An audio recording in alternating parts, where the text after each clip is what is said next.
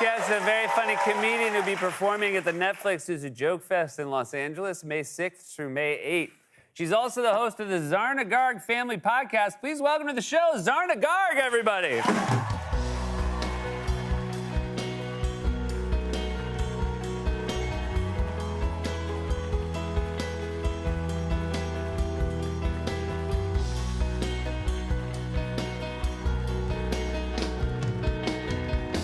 Welcome to the show, Zarna. Thank you so much for having me. I'm so excited to be here. I got to meet you. You were opening for Tina and Amy on their Restless Leg tour. You were so funny. I got to meet you backstage. Here's a lovely photo of the two of us.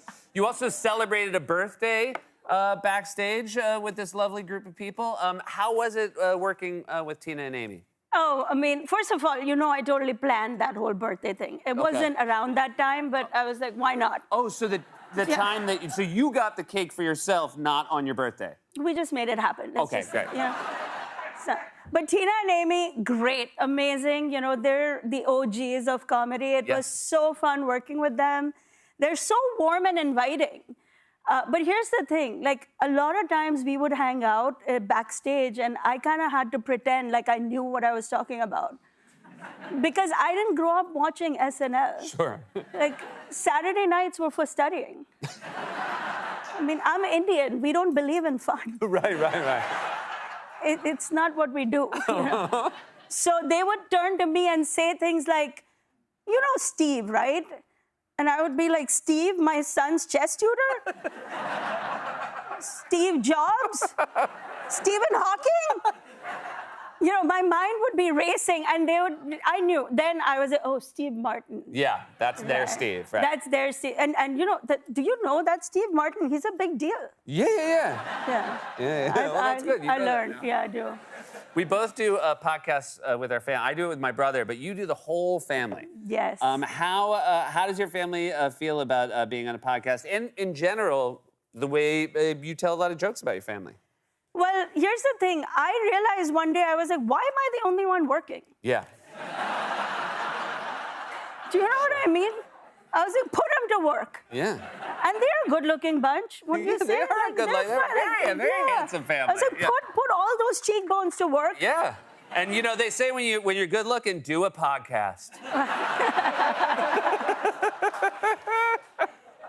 How does your husband feel about you talking about Listen, what we've learned is that the world loves listening to us, watching us bicker, talk about all our family problems. We kind of talk about things that are secret in our community, like my husband losing his job, or, you know, my guilt at being a working mom, which I don't really have it, but for the podcast. Yeah. You have to, like, pretend. It's like something, you know how it goes. Yeah. But they love it. The kids love it. You know, everybody seems to enjoy it. And I love your podcast. Oh, thank you. I love it. I mean, we don't really take vacations. Uh-huh. Because, again, we're Indian. Okay. Yeah. But we understand. You're a white person, so. Thank you. We love watching, you know. You love hearing about our travel. Yeah. Yeah, that's so sweet of you. Sometimes I steal the stories also. Sometimes I'll pretend. Do you feel like you're, sometimes maybe listening to your podcast, it feels like maybe you're not outwardly affectionate to your husband. Do you feel like that's accurate? Oh, well, you know, we just celebrated 25 years being together. Congratulations. Right? Thank you. See, this is why I love my American audience. Because here in America, if you're not divorced, you're a hero. Yeah.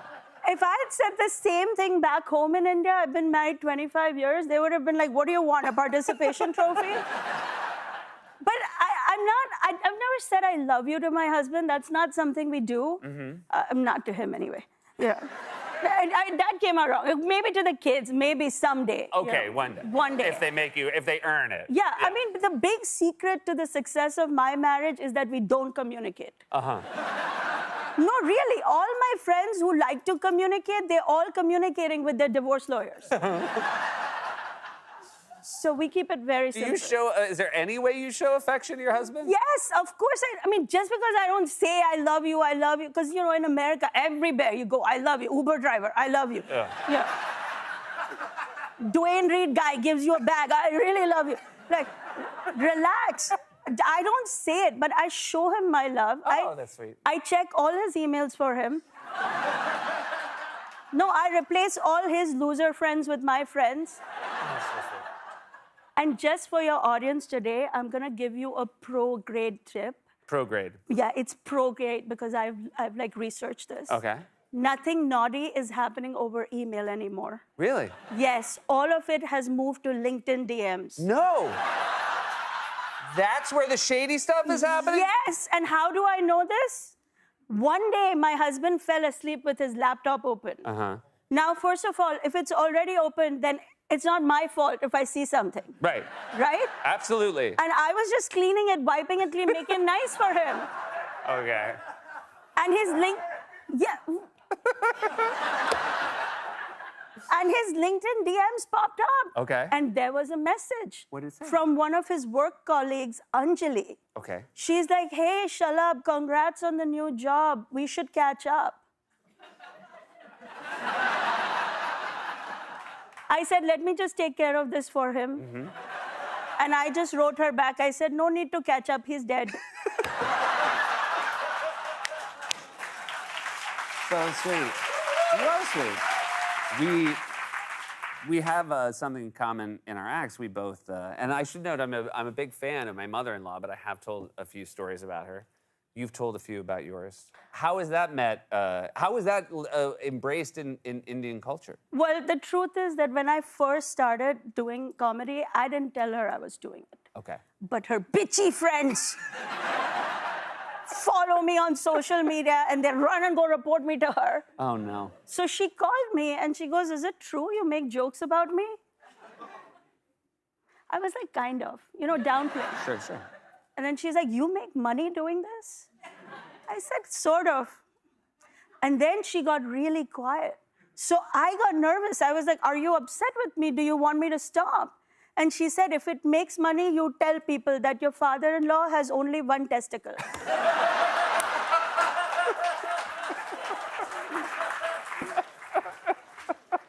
That's so kind of her. Yeah. You have you're touring with a new show called Practical People Win. Yes. Tell us I mean, that seems like it's explaining itself, but what's the idea behind it? Well, first of all, thank you for bringing it up. I was so not prepared to talk about this. But I am touring with my show, Practical People Win. Tickets available on my website. This show is very, very simple. It gives people all the secrets on how to live a successful life despite all the nonsense that's going on in the world right now. Because there's so much going on, and I think somebody needs to say the most basic things. Like, you've heard this phrase, think outside the box? Yeah. Yeah, I'm not a fan of that phrase. Okay. What's your Personally, problem? I like the box. Okay. Everybody stay in the box. Okay. See, staying in the box is how we became the people who produce doctors, engineers, CEOs. You know how many CEOs are Indian in this country right now? How many? Lots and lots. Google, Microsoft, IBM, you can name it. So many of them. And like the Indian CEO is like the new Labradoodle. Okay. Everybody wants one. Everybody wants one. Everybody wants one. It's a thing. Like the spot opens up and they're like, but somebody needs to say it because in America, they tell the kids, you can be anything you want to be. And here's the thing, I'm happy to tell somebody that your 5'6" kid is not going to play for the Knicks. Yeah. Right? But he could become a statistician for the Knicks, and they also get free tickets. That's not bad. That's not bad. Right? Is it true that you have an issue with children's books? Because I wrote one. Yes, I know you wrote one. And I liked your book. I really did. It's about the bear that's scared to make friends and all of that. Yeah. I liked the book, but you really didn't have to go through so much trouble. I could have fixed this bear's problem very quickly. If he just joined Doctors Without Borders, he would have a lot of friends. Okay. But I do have a problem with children's books today because children's books in America all tell the kids the same thing. If you dream it, you can become it. If you imagine it, you are it. What even is it? Yeah. Right? Not a single children's book in America tells kids to shut up and study. You have kids, right? Yeah, I have 2 boys and a girl. 2 boys. Well done, sir. Nice.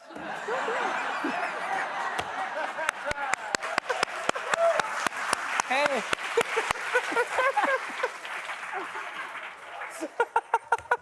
Wait, Look, the one girl you can't feel bad about because like every family gets a challenge, you know. yeah.